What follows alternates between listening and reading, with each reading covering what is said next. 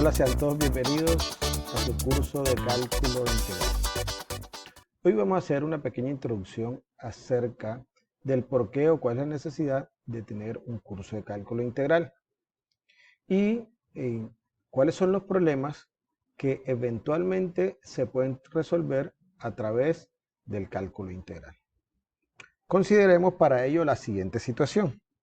Vamos a suponer que tenemos que un vehículo recorre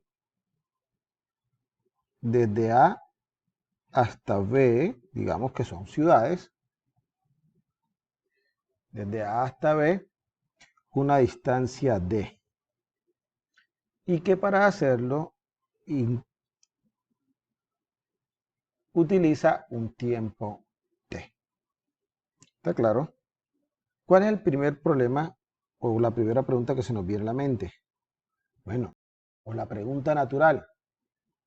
La velocidad, ¿verdad? Realmente se habla de rapidez. Vamos a hablar de rapidez o, para que no haya problemas, cuando yo diga velocidad realmente me estoy refiriendo a la rapidez. Es decir, a la comparación mediante el cociente de la distancia recorrida versus tiempo empleado. ¿Ok? Y lo voy a denotar así. V igual a D sobre T. Eso es rapidez promedio o velocidad promedio. Ya dije que cuando dijera velocidad realmente me estoy refiriendo a eso. Velocidad promedio, es decir, distancia recorrida sobre tiempo empleado.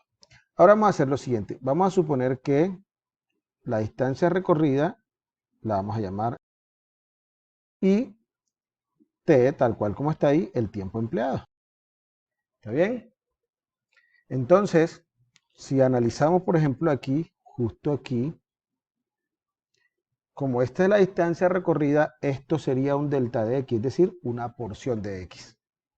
¿Está bien? Y si miramos el tiempo empleado ahí, entonces ahí tendríamos un delta de T. Es decir, si yo miro la velocidad justo en este intervalo, sería así.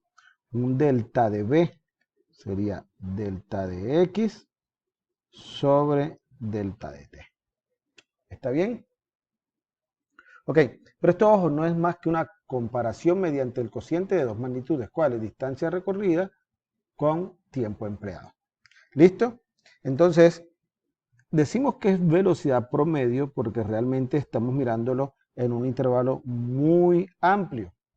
Pero si hacemos que nuestros intervalos sean cada vez más pequeños, y eso lo hacemos mirándolos en intervalos de tiempo aproximadamente cero, es decir, cuando delta de t tiende a cero, entonces lo que tenemos es que aquí lo que vamos a tener es una velocidad instantánea. Y esto es v sub i, y es el límite cuando delta de t tiende a cero, ¿de quién? De delta de x sobre delta de t. A esta cosa, en su curso pasado de cálculo diferencial, lo llamaron derivada. Es decir, la derivada de x respecto a t, es decir, cómo cambia x cuando la variable independiente t sufre cambios tan pequeños como sea posible. Entonces, a este b sub i realmente es de x de t es b sub i.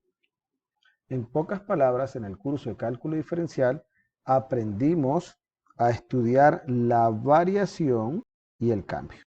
A esa variación o ese cociente de variaciones fue el que llamamos derivadas, que también pues, en física y en muchos fenómenos se denota o se conoce como velocidad.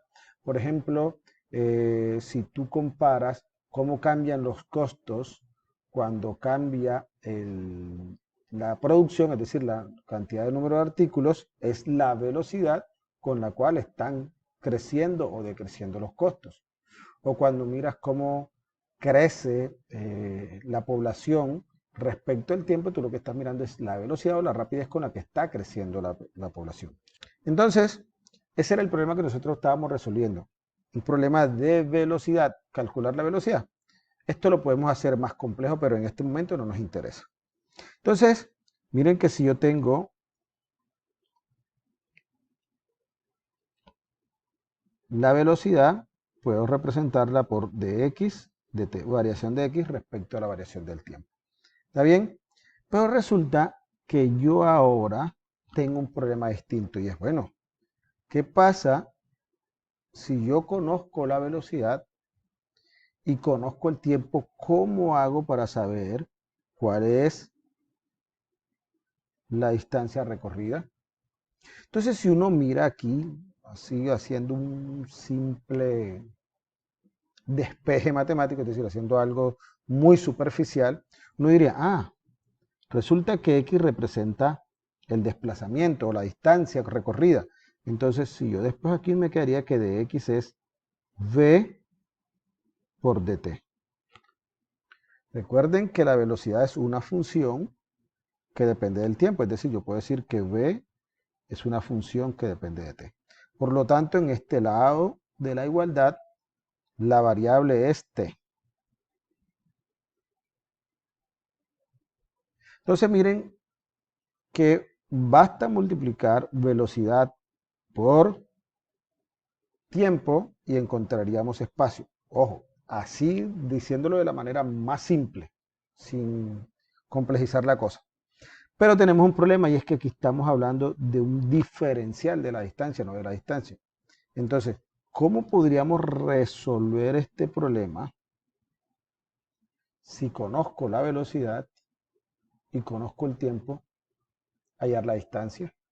O por ejemplo, si conozco la rapidez con la que están creciendo los costos y conozco la cantidad de artículos, ¿cómo hago para saber el costo total de producir cierta cantidad de artículos? ¿Se entiende? Entonces, este problema es el problema recíproco, es decir, yo tenía una función f de x y me preguntaba por cómo variaba f depende de x, si x cambiaba, es decir, cómo era su derivada. Pero ahora el problema es, bueno, ¿qué pasa si conozco la derivada?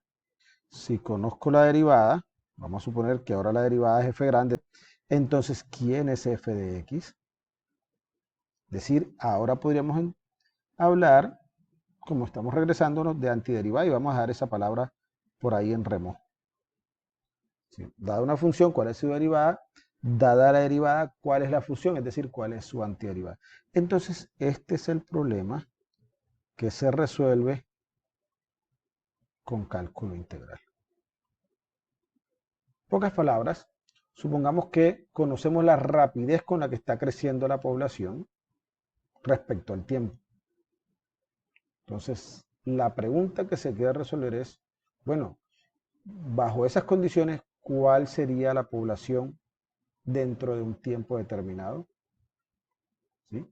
Es decir, el cambio neto en la población, el cambio neto en los costos, el cambio neto en la distancia recorrida. Bienvenidos, nos vemos en el próximo video. Chao, chao.